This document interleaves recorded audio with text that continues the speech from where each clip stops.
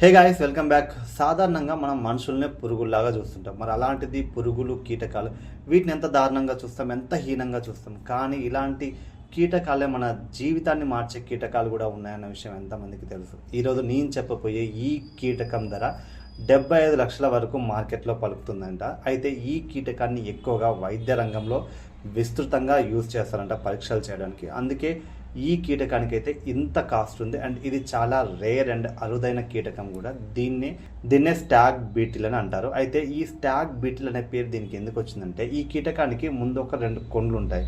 ఈ 2 కొండ్లు ఎలా ఉంటాయంటే, మనకి మగ జింకకున్న కొండ్లు అయితే ఏ విధంగా ఉన్నాయో సో అదే విధంగా దీనికి ఇలా 2 కొండ్లు అయితే ఉంటాయి. అందువల్ల దీన్ని స్టాగ్ బీటిల్ అని అయితే అంటారంట. సో ఇది మనకి ఎక్కువగా చాలా వేడి తక్కువగా ఉన్న ప్రాంతాల్లో, అడవుల్లో, పార్కుల్లో సో ఇలాంటి ఏరియాల్లో అయితే ఈ పురుగు అయితే మనకి ఎక్కువగా కనపడుతూ ఉంటుందన్నమాట. సో దీని కాస్ట్ చెప్పాను కదా, 75 లక్షల వరకు ఉంటుంది. అయితే లండన్కి చెందిన న్యాచురల్ హిస్టరీ మ్యూజియం ప్రకారం ఈ పురుగు 2 నుంచి 6 గ్రాముల బరువు అయితే ఉంటుంది. చాలా తక్కువ బరువు అయితే ఉంటుంది. అండ్ ఈ పురుగు పొడవు కూడా మగ పురుగు అయితేనేమో 30 నుంచి 70 మిల్లీమీటర్ పొడవు అయితే ఉంటుంది. అదే ఆడ పురుగు అయితేనేమో 30 నుంచి 50 మిల్లీమీటర్ పొడవు అయితే ఉంటుందన్నమాట. దీనికి ఈ పురుగు ఏదైతే ఉందో ఇది ఆహారంగా చెక్కలని లేదంటే కుళ్ళిపోయిన పండ్ల నుంచి వచ్చే తీపి ద్రవం ఏదైతే ఉందో వాటిని మాత్రమే తీసుకుని అయితే ఈ పురుగు బతుకుతుంది.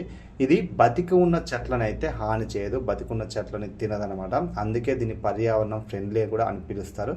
అడవులకి చాలా ఉపయోగపడుద్దంట కూడా ఈ పురుగు. సో ఇది స్టాగ్ బీటిల్ పురుగు గురించి ఉన్న హిస్టరీ అనమాట. సో ఇంకెప్పుడైనా ఇలాంటి పురుగులు కనపడితే మాత్రం చంపకుండా వీటిని అమ్మే ప్రయత్నం అయితే చేయండి. స్టాగ్ బీటిల్ పురుగు గురించి మీరు ఒకసారి ఇంటర్నెట్లో కొడితే డీటెయిల్గా ఇంకా చాలా ఇన్ఫర్మేషన్ అయితే వస్తుంది. నేను ఇంకా ఫుల్గా కూడా చెప్తాను. సో ప్రజెంట్ మనకి మార్కెట్లో అయితే ఈ పురుగుకి 75 లక్షల వరకు కాస్ట్ అయితే ఉందన్నమాట. సో మనుషులను ఎలాగో మనం పురుగులాగే చూస్తాం కాబట్టి పురుగుల్ని మాత్రం మనకి పనికొచ్చే విధంగా చూస్తే కొంచెం బెటర్ అనేది నా ఫీలింగ్. అండ్ ఈ పురుగు గురించి మీకు ఇంతకుముందే కనుక డీటెయిల్స్ తెలిస్తే మీకేమనిపించిందో డెఫినెట్గా కామెంట్ చేయండి. సో ఈ వీడియోని ఎవరికైనా షేర్ చేయాలనుకుంటే డెఫినెట్గా షేర్ చేసేయండి.